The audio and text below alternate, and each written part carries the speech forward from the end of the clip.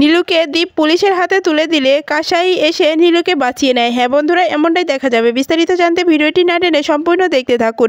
গল্পের শুরুতেই দেখা যাবে যখন বাড়ির সবাই জানতে পারে যে কাসাই আসলে যে লোকটার সাথে প্রেম করে সেটা হলো এই দত্তবাড়ির নীলু। এই কথাটা শোনার পরে সবাই খুব রেগে যায়। তখনই ঝাঁপি বলে, শুধু এই কারণেই আমি কাউকেই বলতে চাইনি যে কাসাইদি কার সঙ্গে প্রেম করে, কিন্তু জানাজানি হওয়ার পরে দেখলে তো এখন কি অবস্থা হয়েছে। তখনই দীপ বলে, এত কথা বুঝি না, এই সম্পর্কর কথা কেউ কখনো মানবে না, আর আমি তো মানবই না। ওই নীলুদের বাড়িতে এই কাসাইকে বিয়ে কখনো আমি দেব না। যতই যা হয়ে যাক না কেন কাসাই, তুই ওই ছেলের সঙ্গে আর মেলামেশা করবি না, আমি কিন্তু বলে দিচ্ছি।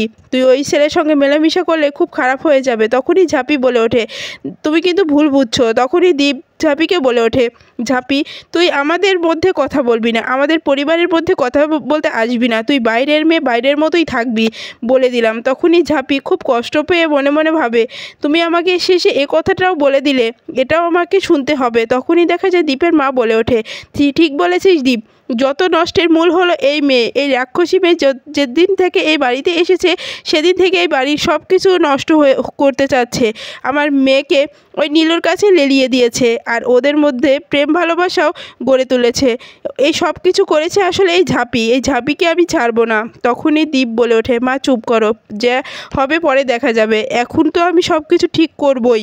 এরপরে ঝাঁপি বলে, এই জন্যই তো আমি বলতে চাইনি, তোমরা যা খুশি করতে চাও, কিন্তু ওদেরকে আলাদা করে কি তোমরা কখনো ভালো করতে পারবে?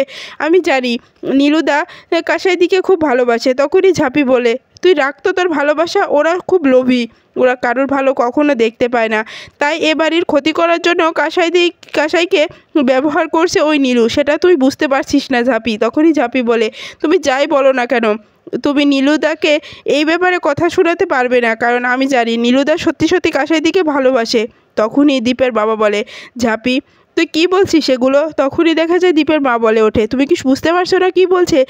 যা কিছু হয়েছে সব এই মেয়েটার জন্যই হয়েছে। তখনই দীপের বাবা বলে, ঝাঁপি এই বাড়িতে কেউ তোকে মেনে নিয়েছিল না, তখন আমি তোকে মেনে নিয়েছিলাম, আমি তোকে এই বাড়ির বৌমা হিসেবে মেনেছিলাম। যেদিন শুনেছিলাম যে দীপের সঙ্গে তোর বিয়ে হয়ে গিয়েছে সেদিন আমি সত্যি খুব খুশি হয়েছিলাম যে এবারই একটা লক্ষ্মী আছে। ওই মেম বউ থেকে এই ঝাঁপি অনেক ভালো, কিন্তু আজ মনে হচ্ছে সব থেকে বড় ভুল করেছি তোকে এই বাড়ির বউ হিসেবে মেনে নিয়ে। এরপর এই দীপের মা বলে ওঠে, এবার বুঝতে পেরেছো তো, তোমাকে কতবার বলেছিলাম ঝাঁপি ভালো না, ঝাঁপি ও স্বার্থ ছাড়া কিচ্ছু বোঝে না, ও রাক্ষসী মেয়ে। এরপরে দীপ বলে, এত কথা বলার তো কোনো দরকার নেই ঝাঁপি, তুই তোর মতো থাক, আমি কাসাইকে নিয়ে ঘরে যাচ্ছি। তখনই সেখানে জিনি চলে আসে আর কাসাইয়ের হাত থেকে ফোনটা কেড়ে নেয়। তখনই দেখা যায় ঝাঁপি বলে ওঠে, এটা কি করলি তুই ওর হাত থেকে ফোনটা কেড়ে নিলি কেন? তখনই জিনি বলে ওঠে, যা করেছি বেশ করেছি, আমি যদি আগে থেকে জানতাম যে ওই নীলুর সঙ্গে কাসাই প্রেম করে তাহলে আমি আগে থেকেই এই কাজটা করে ফেলতাম, যা করেছি ভালোর জন্যই করেছি। এরপরে দেখা যায় দীপ যে কাসাইকে নিয়ে ঘরের দরজা আটকে দেয়, আর কাসাই চিৎকার করতে থাকে, দাদাভাই আমাকে ছেড়ে দে, দাদাভাই আমার ঘরের দরজাটা খুলে দে। তখনই ঝাঁপিয়ে এসে কাসাইকে বলে, চিন্তা করো না, আমি তো আছি। তখনই দীপ বলে, আমি আজকে ওই নীলুর কী অবস্থা করব সেটা কেউই জানে না, ও আর প্রেম করার অবস্থায় থাকবে না, আমি ওকে আর ছাড়বো না। এরপরই দেখা যায় যে ঝাঁপি বুঝে যায় যে কোনো একটা ক্ষতি করবে ওই নীলুর, আমাকেই কিছু একটা করতে হবে। এরপরে যখনই দীপরে বাড়ি থেকে বের হয়ে যায় তখনই ঝাঁপিও বাড়ি থেকে বের হয়ে নীলুদের বাড়ি আসে, আর নীলুর দাদাকে বলে, নীলু কোথায়? তখনই নীলু আসলেই ঝাঁপি নীলুকে বলে, নীলুদা তুমি এখান থেকে চলে যাও। তখনই নীলু বলে, কি হয়েছে ঝাঁপি, তুই আমাকে এখান থেকে চলে যেতে বলছিস কেন?